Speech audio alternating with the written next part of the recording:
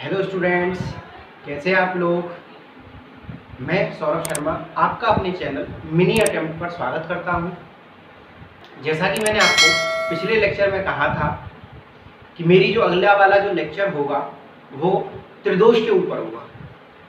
जो पिछला मेरा लेक्चर था ऑल्टरनेटिव सिस्टम ऑफ मेडिसिन, उसमें मैंने कहा था कि अगला जो लेक्चर है मेरा वो त्रिदोष पे होगा।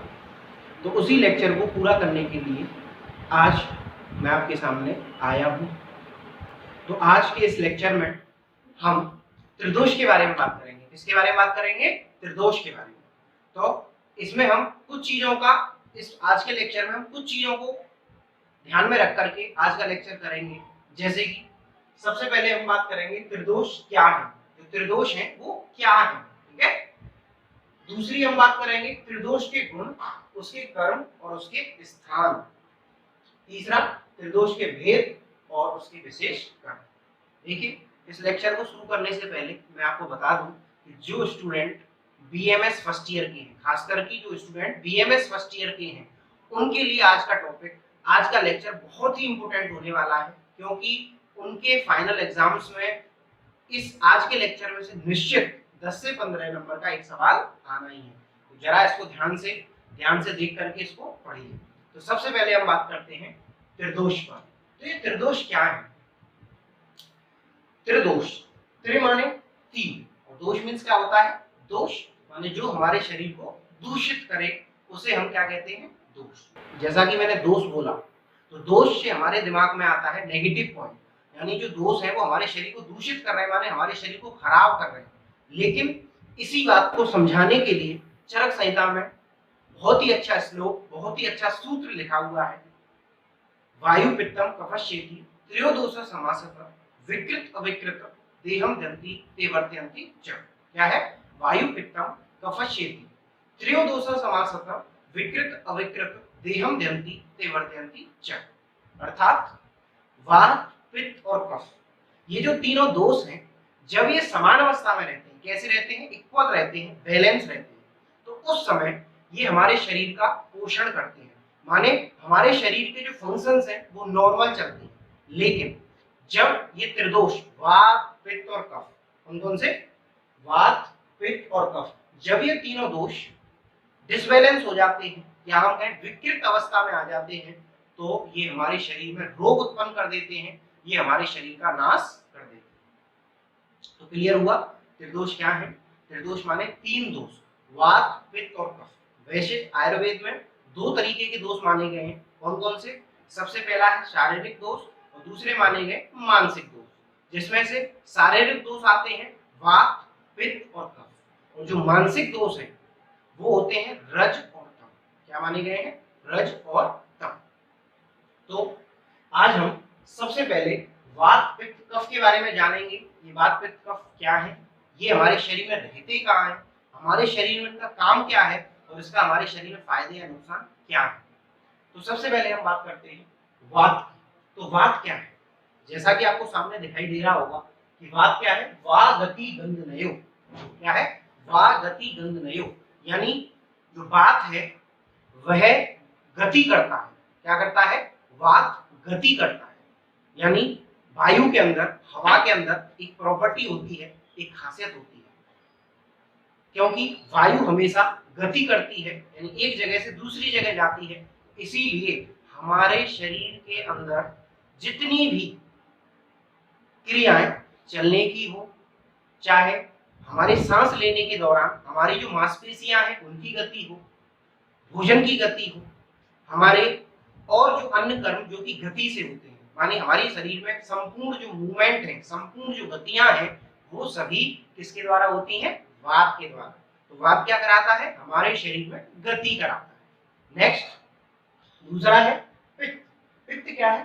तप संतापे। तप संतापे मीन्स, इसका मतलब क्या है? तप संतापे मीन्स ऊष्मा प्रदान करना। क्या होता है इसका? ऊष्मा प्रदान करना या दहन करना। तो हमारे शरीर के अंदर जितनी भी ऊष्मा प्रदान करने की जो प्रक्रिया है, मीन्स हमारे शरीर में होने वाली जितनी भी केमिकल रिएक्शंस, चाहे वो मेटाबॉलिक रिएक्शंस हो, चाहे डाइजेस्टिव रिएक्शंस हो, वह सभी रिएक्शंस किसके द्वारा होती हैं? पित्त के द्वारा। तो हमारे शरीर में जो पित्त है वो क्या कर रहा है? दहन या उष्ण कर्म करता है। ठीक है, उसके बाद में बात करते हैं हम तीसरा कफ के बारे में। तो कफ है, कफ के बारे में क्या कहा गया है? श्लिष्म आलिंगने। क्या कहा गया है कफ के बारे में? श्लिष्म आलिंगने मींस मिलना या संयोग करना या जुड़ना। श्लिष्म आलिंगने मींस मिलना जोड़ना, उसे हम कहते हैं कफ या श्लेष्मा। तो जो श्लेष्मा है वह हमारे शरीर में मजबूती प्रदान करता है, या हम कहें हमारे शरीर को संगठित करता है, माने जोड़ता है। ये कफ का काम होता है। किसका काम होता है? कफ का काम। तो हमने बात की वात, पित्त और कफ क्या है। अब हम बात करते हैं तीन दोषों के, जो त्रिदोष हैं उनके गुणों के बारे में, यानी उनके गुण क्या है। तो वात, पित्त और कफ। तो सबसे पहले हम बात करते हैं वात की। जो वात है उसके क्या गुण है? तो हमारी चरक संहिता के अंदर बहुत ही अच्छी तरीके से इसको कहा गया है, रूक्ष शीत लघु। क्या कहा गया? रूक्ष शीत लघु, सूक्ष्म अश्चिलो अनिल, विशद खर, विपरीत गुणे, द्रव्य मारुत, सप्रशाम्यति। क्या कहा गया है? रूक्ष शीतो लघु, सूक्ष्म अश्चिलो अनिल, विशद खर, विपरीत गुणे, द्रव्य मारुत, सप्रशाम्यति। मींस इसके जो भौतिक गुण है वो क्या है? रूक्ष, शीत, लघु, सूक्ष्म, चल, विशद और खर। ये सभी गुण क्या है? वात के भौतिक गुण। उसके बाद में आता है रासायनिक गुण, यानी जो केमिकल जो रासायनिक गुण है वो क्या है? योगवाही और आशुकारी। योगवाही माने अपने साथ में किसी भी चीज को बहाने वाला या हम कहें गति कराने वाला। अगला है मानसिक गुण। तो इसका जो मानसिक गुण है वो क्या है? रजोगुण। क्या है? रजगुण, रजोगुण प्रधान होता है। उसके बाद में दूसरा आता है पित्त। ये पित्त क्या है? पित्त के बारे में भी बहुत अच्छा श्लोक दे रखा है, सस्नेहम उष्णम तीक्ष्णम। क्या है इसके गुण? सस्नेहम उष्णम तीक्ष्णम, च द्रव्यमलम सरम कटु, विपरीत गुण है, द्रव्य राशि प्रसाम्यति। तो ये सभी गुण क्या है? पित्त के हैं। क्या क्या? स्निग्ध, उष्ण, तीक्ष्ण, द्रव्य, सर, लघु और विषम। ये सभी क्या है? पित्त के भौतिक गुण। फिर बात करते हैं हम रासायनिक गुण की। उसकी जो रासायनिक गुण है वो है कटु, पीत और मीठ। तो जो पित्त है उसके रासायनिक गुण क्या है? कटु, पीत और मीठ। नेक्स्ट जो मानसिक गुण है, इसके मानसिक गुण क्या है? ये सत्व गुण प्रधान होता है। जो पित्त है वो क्या है? सत्व गुण प्रधान। उसके बाद में तीसरा है, जो तीसरा दोष है वो क्या है? कफ। कफ के गुण क्या है? कफ के गुण है गुरु शीत मधुर स्निग्ध मधुर स्थिर पिश्चला, श्लेष्मणम प्रश्मम यंती, विपरीत गुण है गुणा। ये कफ के गुण है। तो क्या क्या है इसके भौतिक गुण? गुरु माने भारी, शीत माने ठंडा, मृदु माने मीठा यानी मृदु, स्निग्ध स्थिर, पिश्चल श्वेत और मन। ये सभी किसके गुण है? कफ के। उसके बाद में आता है रासायनिक गुण। जो रासायनिक गुण है कफ के, अगर कफ प्राकृतिक अवस्था में रहता है तो इसका गुण होता है मधुर, अगर ये वैकृत अवस्था में रहता है तो इसका गुण होता है लवण। जो कफ है वो तम गुण प्रधान होता है। क्या होता है? तमो गुण प्रधान। तो हमने निकाय की बात की, वात, पित्त, कफ के गुण के बारे में। अब हम बात करेंगे इसके कर्म के बारे में। जो वात, पित्त, कफ है इनके क्या क्या कर्म है, यानी हमारे शरीर में क्या क्या कार्य करते हैं।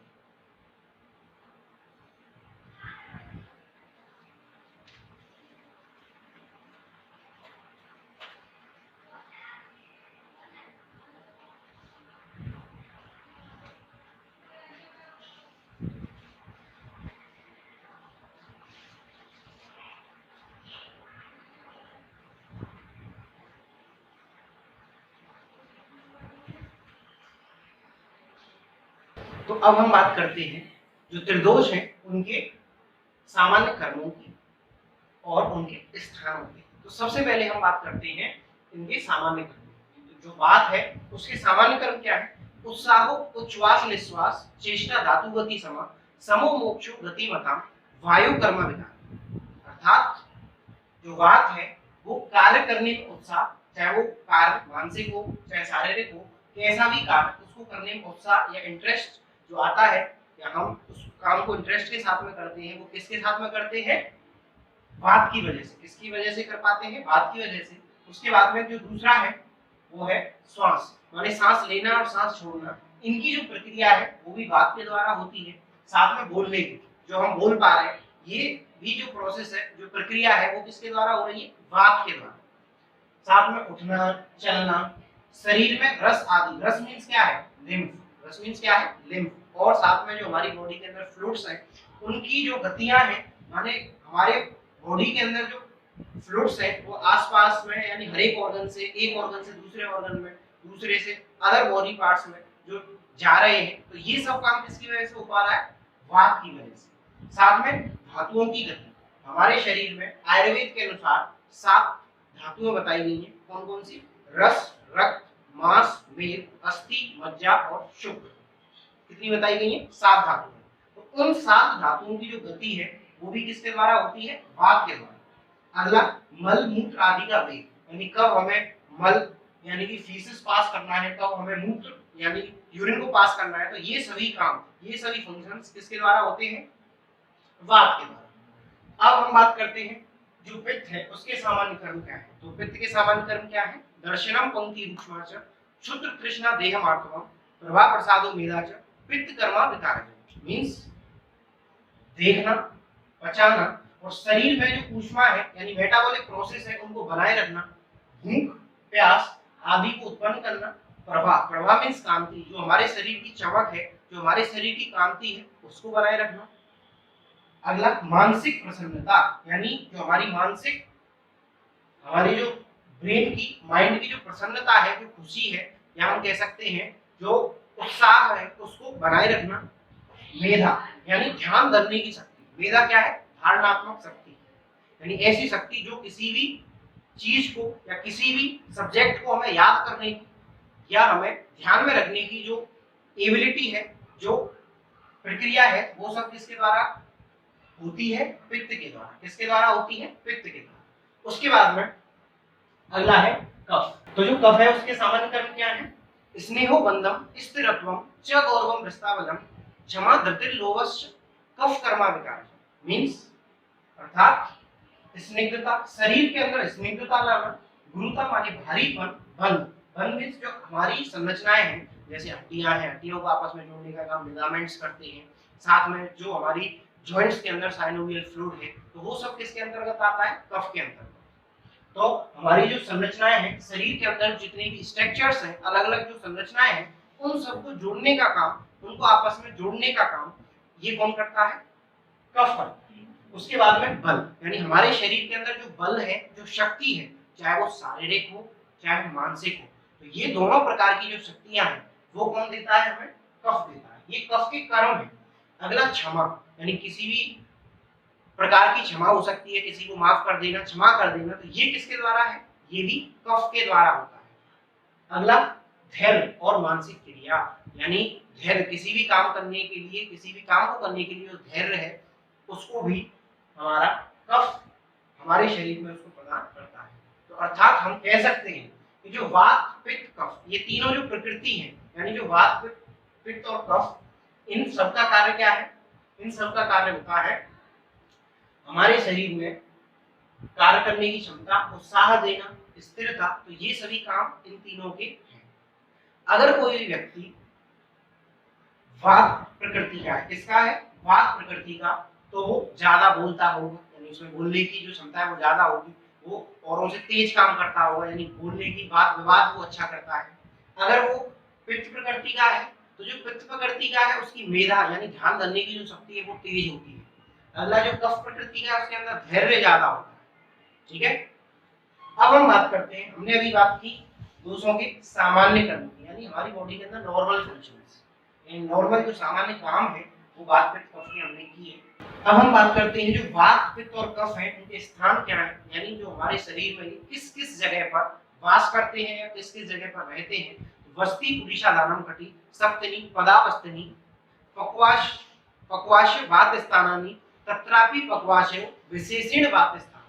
मींस अर्थात जो वात है वो वस्ती में माने यूरिनरी ब्लैडर में, पुरुषाधान माने रेक्टम, कटी माने पेल्विस एरिया, दोनों पैर यानी हमारे जो लोअर लिम्स है, दोनों ही लिम्स, उनमें अस्थियां माने हड्डियों में, और पक्वाश, इन सभी जगहों पर वात का स्थान होता है, यानी इन सभी जगहों पर वात निवास करता है। इनमें भी जो पक्वाश है ये वात का विशेष स्थान बताया गया है। जो पक्वाश है वो क्या बताया गया है, वात का विशेष स्थान।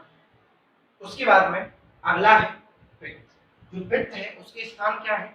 स्वेदो रसो रसिका रुधिर आमाशय पित्त स्थानानि तत्रापि आमाशयो विशेषण पित्त स्थानानि।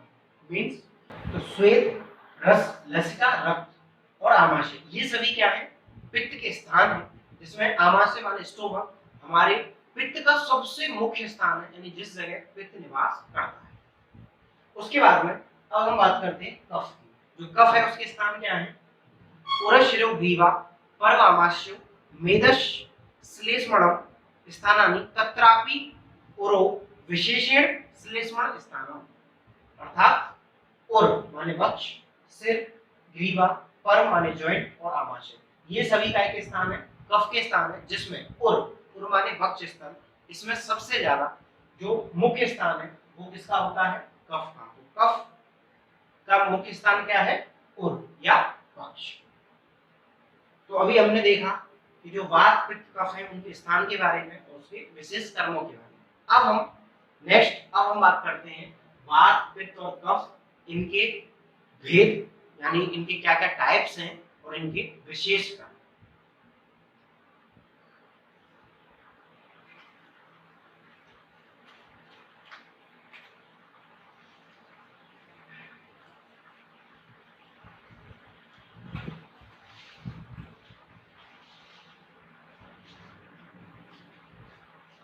अब हम बात करते हैं भेद की, यानी जो वात, पित्त, कफ है उनके भेद क्या है। तो सबसे पहले हम बात करेंगे वात के भेद की। भेद मींस टाइप्स। तो जो वात है वो हमारे शरीर में 5 प्रकार की मानी गई है। कितने प्रकार की मानी गई है? 5 प्रकार की। कौन कौन सी? प्राण, उदान, समान, व्यान और अपान। प्राण, उदान, समान, व्यान और अपान, इस भेद से हमारी शरीर में जो वायु है वो 5 प्रकार की है। वैसे तो ये जो वायु है, वात है, वो हमारे संपूर्ण शरीर में गति करता है, पूरे शरीर में गति करता है। ऐसा माना जाता है कि जो वात है उस वात से ही पित्त और कफ और जो हमारे शरीर की सभी धातुएं हैं, सभी गति हैं वो होती हैं। इसलिए बहुत ही अच्छा कहा गया है कि पित्त पंगु, कफ पंगु, पंगु मल धातु, यानी वात के बिना पित्त और कफ और मल और धातु, तो ये सभी जो चीजें हैं पंगु है, माने ये काम नहीं कर सकती। तो जो वात है वही हमारे शरीर को चलाने वाला है, उसी से हमारा शरीर चलता है। तो अब हम बात करते हैं, मैंने क्या कहा? वैसे तो प्राण, उदान, समान, व्यान सभी प्रकार की जो 5 प्रकार की वायु है वो हमारे पूरे शरीर में घूमती हैं, विचरण करती हैं, लेकिन इनके कुछ विशिष्ट स्थान भी हैं। जैसे प्राणवायु, प्राणवायु का स्थान है मस्तिष्क। मस्तिष्क मीन्स हमारा ब्रेन। तो जो प्राणवायु है वो कहाँ रहती है? ब्रेन के अंदर। जैसा कि अगर हम अकॉर्डिंग टू मॉडर्न साइंस देखें तो जो ब्रेन है उसका काम क्या होता है? ब्रेन का काम होता है हमारी पूरी जो एक्टिविटीज है, हमारी बॉडी की जितनी भी एक्टिविटीज हैं, जितने भी काम है उन सभी को कंट्रोल करना, चाहे वो वॉलेंटरी हो चाहे इनवॉलेंटरी। तो प्राणवायु का भी कुछ तरीके से ही काम है। जैसे स्टीवन, स्टीवन मीन्स क्या होता है? थूकना। स्टीवन मीन्स क्या होता है? थूकना। शब्दू माने छींकना, यानी थूकना, छींकना। उद्गार माने डकार लेना। श्वसन माने सांस लेना। आहरण माने निगलना। और बुद्धि धारक, यानी जो चीजें हमें याद रखनी है, यानी जो मेधा शक्ति है, उस सभी को बढ़ाने का काम इसका है प्राणवायु का। ये कहाँ रहती है? मस्तिष्क के अंदर। क्लियर हो गया? ये मैं बार बार मैं इसको अच्छे से इसलिए डिफाइन कर रहा हूँ, या इन चीजों को बार बार मैं इसलिए बता रहा हूँ क्योंकि इसमें से निश्चित सवाल आना ही आना है। 10 से 15 नंबर का क्वेश्चन आता ही आता है। तो इसका जो स्थान है प्राणवायु का वो क्या है? मस्तिष्क। उसके बाद में दूसरी वायु क्या है? उदान वायु। क्या है? उदान वायु। जो उदान वायु है उसका स्थान क्या है, यानी वो कहाँ रहती है? ज्यादातर जो उदान वायु है वो मेनली कहाँ रहती है? नाभि में। उर माने वक्ष स्थान, माने थोरेसिक कैविटी। अगर हम मॉडर्न के अकॉर्डिंग देखें, कंठ माने गले में। तो जो उदान वायु है वो कहाँ रहती है? नाभि में, उर में और कंठ में। ठीक है? इसी वजह से इसके कर्म क्या है? क्योंकि कंठ में रहती है इसलिए वाक मींस बोलना। अगला काम क्या है इसका? प्रयत्न, यानी हमारे शरीर में जो काम करने की चेष्टाएं होती है, जो काम करने होते हैं हमें, वो क्या है? वो किसके द्वारा होता है? उदान वायु के द्वारा। ऊर्जा, जो शारीरिक मानसिक ऊर्जा है उसको देना। बल माने शक्ति देना। वर्ण माने क्या है? कांति देना। और स्मृति, जो स्मृति है, वर्ण माने कलर, जो स्मृति है, स्मृति माने याद रखने की जो क्षमता है, ये सब कौन करता है? उदान वायु। उसके बाद में जो अगली वायु है, अगली वायु का प्रकार क्या है? समान वायु। क्या है? समान वायु। जो समान वायु है इसका स्थान कहाँ है? ये कहाँ रहती है? आमाशय तथा पक्वाशय। इसीलिए ये अग्निबल प्रद है। क्या है? अग्निबल प्रद है। अन्न का पाचन करती है, जो हम खाना खाते हैं उसको पाचन में मदद करती है। रस मल आदि का विवेचन करती है, यानी जब हम खाना खाते हैं तो उस खाने में से जो जरूरी पोषक तत्व है हमारे शरीर के लिए, उन सभी को डाइजेस्ट और एब्जॉर्ब करने का काम कौन कराता है? समान वायु। उसके बाद में अगली आती है व्यान वायु। ये व्यान वायु क्या है? ये हमारी संपूर्ण देह में रहती है। कहाँ रहती है? पूरे शरीर में। तो पूरे शरीर में रहकर के ये क्या क्या काम कराती है, क्या क्या काम होता है? गति या प्रसारण, यानी हमारे शरीर में गति कराने का काम, आक्षेपण, उन्मेष, निमेष यानी जो पलक का झपकना, उठना, ये सब काम, श्वेत, पसीना आना और श्वेत का श्रावण यानी जो पसीना आना उसको निकालना, ये सब काम किसके हैं? व्यान वायु के। उसके बाद में है अपान वायु। जो अपान वायु है उसके स्थान क्या है? दोनों वृषण माने टेस्टिस। वस्ती, वस्ती मीन्स क्या है? वस्ती मीन्स होता है यूरिनरी ब्लैडर। मूत्र इंद्रिय माने पेनिस। नाभि मीन्स अम्लाइकल पोर्शन। गुदा, गुदा मीन्स क्या है? एनस। तो इस जगह पर ये अपान वायु रहती है। तो अपान वायु का काम क्या है? इसका काम होता है सुक्रोत्सर्जन, माने हमारे शरीर के जो अलग अलग वेग हैं, चाहे वो मूत्र का हो, चाहे शुक्र का हो, चाहे आर्तव का हो, इन सभी वेगों को अपने सही उचित समय पर शरीर से बाहर निकालने का काम कौन करता है? अपान वायु। तो आयुर्वेद के अनुसार जो अपान वायु है उसका काम है शुक्रोत्सर्जन, यानी शुक्र का जो उत्सर्जन होता है माने निकलना होता है, यानी स्पर्म का इजैक्यूलेशन जो होता है वो किसकी वजह से होता है? अपान वायु के कारण। यूरिन का जो एक्सक्रीशन होता है, माने यूरिन का जो एक्सक्रीशन होता है वो किसके द्वारा होता है? अपान वायु के द्वारा। ऐसे ही पुरुषोत्सर्ग मींस जो फीसिस है, फीसिस का भी जो एलिमिनेशन होता है वो किसके द्वारा होता है? अपान वायु के द्वारा। और साथ ही आर्तवोत्सर्ग, आर्तव मींस मेंस्ट्रुअल फ्लूइड, यानी जो मेंस्ट्रुअल ब्लड है उसको भी सही टाइम पर, यानी 28 दिन बाद अपान वायु का ही काम है उसको हमारे शरीर से बाहर निकालना। तो हमने यहाँ पे क्या देखा कि जो वायु है उसका मेन जो काम है वो क्या है? गति कराना, यानी किसी भी चीज को या तो ले जाना या लाना। तो ये क्या है? ये सब काम है आयुर्वेद के अनुसार वायु के, माने वायु। अब हम बात करते हैं अगला जो पित्त है। पित्त के भेद कितने हैं और उसके काम क्या है?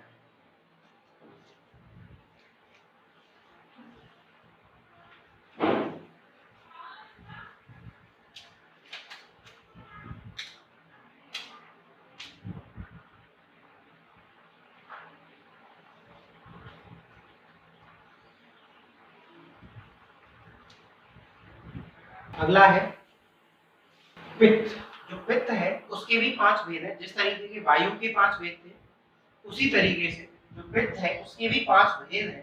कौन कौन से? रंजक, पाचक, आलोजक, भ्रांजक और साधक। जो पित्त है उसके कितने भेद हैं? 5 भेद। रंजक, पाचक, आलोचक, भ्रांजक और साधक। तो ये जो पांचों तरह के पित्त हैं उनके स्थान और उसके कर्म क्या क्या है? तो जो रंजक पित्त है उसका स्थान होता है यकृत तथा प्लीहा में। जो यकृत है, यकृत मींस लिवर, प्लीहा मींस क्या होता है? स्प्लीन। तो उनके अंदर ये निवास करता है। इसका जो काम है वो क्या है? रस रंजन, माने रस को रक्त बनाना या रस रंजन करना। जैसा कि हम जानते हैं, अगर हम आधुनिक दृष्टि से देखें तो जो प्लीहा है वो क्या करता है? स्टोरेज ऑफ ब्लड, ब्लड को स्टोर करता है, यानी रस को रक्त में बनाना। और यकृत, जो यकृत है वो क्या करता है? बाइल का फॉर्मेशन करता है। बाइल का फॉर्मेशन होते समय उसमें बाइल पिगमेंट जो होते हैं, बाइल पिगमेंट का काम क्या होता है? जो बाइल जूस है उसको कलर देना, बाइल जूस है उसको कलर देना, यानी रस का रंजन करना। जो रस है उसको रंजन करना, रंजित माने कलर देना। तो ये सब किसका काम है? रंजक पित्त का। उसके बाद में अगला आता है पाचक पित्त। ये जो पाचक पित्त है नाम से ही पता चल रहा है पाचक, पाचक मींस पचन, यानी ऐसा पित्त जो कि आमाशय और पक्वाशय में रहता है। कहाँ रहता है? आमाशय और पक्वाशय। इन दोनों स्थानों पर रहकर ये भोजन का पाचन करता है और उस भोजन को पाचन करके हमारे शरीर में हमारे बल को, हमारी ऊर्जा को हमें प्रदान करता है। अगला है आलोचक पित्त। जो अगला पित्त है वो क्या है? आलोचक पित्त। ये जो आलोचक पित्त है वो क्या है? ऐसा पित्त जो कि हमारे दोनों इस नेत्रों में रहता है। कहाँ रहता है? हमारी दोनों आंखों में, नेत्रों में। नेत्र का काम क्या होता है? किसी भी रूप को ग्रहण करना, यानी देखना। तो इसका जो काम है वो क्या है? देखना या रूप को ग्रहण करना। उसके बाद में अगला है भ्रांजक पित्त। अगला पित्त क्या है? भ्रांजक पित्त। जो भ्रांजक पित्त है वो क्या है? त्वचा में रहता है। कहाँ रहता है वो? त्वचा में रहता है। तो हमारी त्वचा को कांति माने चमक और छाया को प्रकाशित करना, यानी जो हमारी परछाई बनती है, यानी हमारी जो छाया बनती है उसको प्रकाशित करना, ये सब काम काय के हैं? ये भ्राजक पित्त के हैं। अगला है साधक पित्त। ये जो साधक पित्त है वो क्या है? ये हृदय में रहता है। क्या कहाँ रहता है? हृदय में। हमारे हृदय में निवास करता है और बुद्धि तथा मेधा को बढ़ाता है। किसको बढ़ाता है? बुद्धि तथा मेधा। बुद्धि माने मस्तिष्क की याद करने की जो क्षमता है, स्मृति की जो क्षमता है, उसको बढ़ाने का काम कौन करता है? साधक पित्त। तो इस तरीके से जो पित्त है उसके कितने भेद है? 5। रंजक, पाचक, आलोचक, भ्राजक और साधक। अब उसके बाद में नेक्स्ट अब हम बात करते हैं कि कफ के क्या है। जो कफ जिसको हम श्लेष्मा कहते हैं उसके भेद क्या है, उसके कर्म क्या है।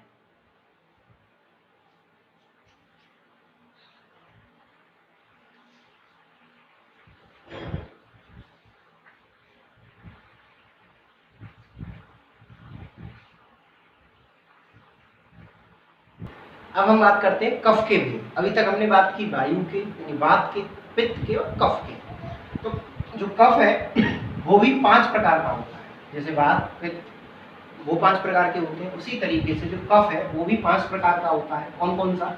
श्लेषक, क्लेदक, बोधक, तर्पक और अवलंबक। कौन कौन से? श्लेषक, क्लेदक, बोधक, तर्पक और अवलंबक। इस तरीके से जो कफ है वो कितने प्रकार का हो गया? 5 प्रकार। सबसे पहले हम बात करते हैं जो श्लेषक कफ है उसके स्थान कहाँ है, यानी वो रहता कहाँ है, उसका कर्म क्या है। तो जो श्लेषक कफ है वो रहता है पर्म में। पर्म मीन्स क्या है? जॉइंट। इसका जो काम है, उसका जो फंक्शन है वो क्या है? संधि संश्लेषण। यानी अगर हम आधुनिक दृष्टि से देखें, मॉडर्न के अनुसार देखें, तो हमारे जो जॉइंट के अंदर साइनोवियल मेम्ब्रेन है, साइनोवियल फ्लूइड है, उनको हम कोरिलेट कर सकते हैं किससे? श्लेषक कफ से। यानी हमारी जो संधियां हैं, जो जॉइंट है, उनको मजबूती प्रदान करना, उनको चलायमान करना, ये सब किसका काम है? श्लेषक कफ का। उसके बाद में अगला आता है क्लेदक कफ। ये जो क्लेदक कफ है ये क्या है? ऐसा कफ जो कि आमाशय में रहता है। किस जगह रहता है? स्टमक में, यानी आमाशय में रहता है। इसका काम होता है भोजन का क्लेदन करना। इस क्लेदन का मतलब क्या होता है? गीला करना। क्या है? गीला करना। तो आप जानते ही हैं, अगर हम अकॉर्डिंग टू मॉडर्न देखें तो जब भी भोजन यानी खाना हमारे स्टमक में एंटर करता है, यानी हमारे पेट में आता है, तो उस समय कार्डियक ग्लैंड्स, फंडस ग्लैंड्स, ये सभी जो ग्लैंड्स हैं और जो हमारे स्टमक के अंदर पाई जाने वाली ग्लैंड्स हैं, वो सभी म्यूकस का और अदर जो एंजाइम्स हैं जैसे रेनिन, जैसे गैस्ट्रिक जूस, उन सभी का सीक्रेशन करके उस फूड को गीला करते हैं, माने लुब्रिकेट करते हैं। ठीक है? तो ये किसका काम हो गया? क्लेदक कफ। तो जो क्लेदक कफ है, ये क्लेदक कफ हमने बात की कि आमाशय में रहता है, भोजन का क्लेदन करता है, यानी उसको गीला करता है। भोजन में अलग अलग प्रकार के जूस, अलग अलग प्रकार के जो गैस्ट्रिक जूस है वो स्टमक से निकलते हैं, आमाशय से निकलते हैं और भोजन को पचाने का काम, उसको गीला करने का काम, यानी क्लेदन करने का काम करते हैं। अगला है बोधक कफ। बोधक, बोध, बोध माने पता करना। तो ये जो बोधक कफ है वो किस जगह विराजमान रहता है, यानी किस जगह रहता है? जिह्वा में।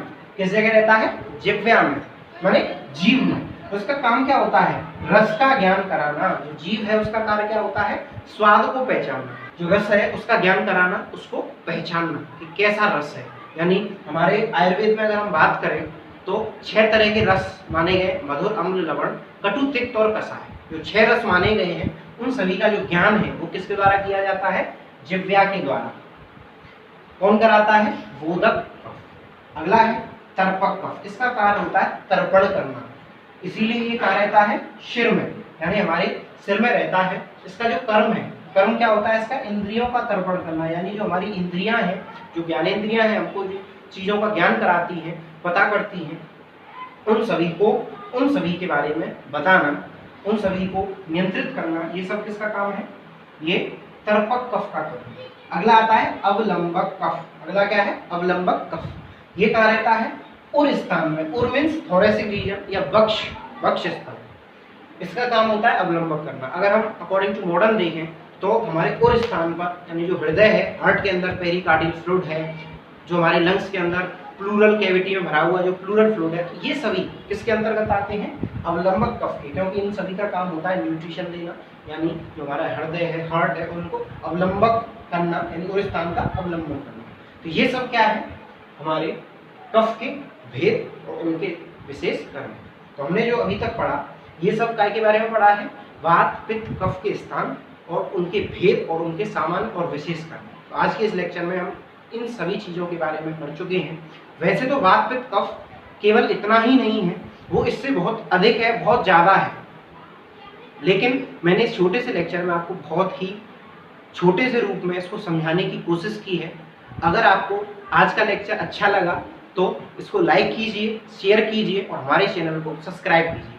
Thank you very much. Medical से रिलेटेड अच्छे अच्छे लेक्चर्स पाने के लिए हमारे चैनल मिनी अटेम्प्ट्स को सब्सक्राइब करें, लाइक करें, शेयर करें।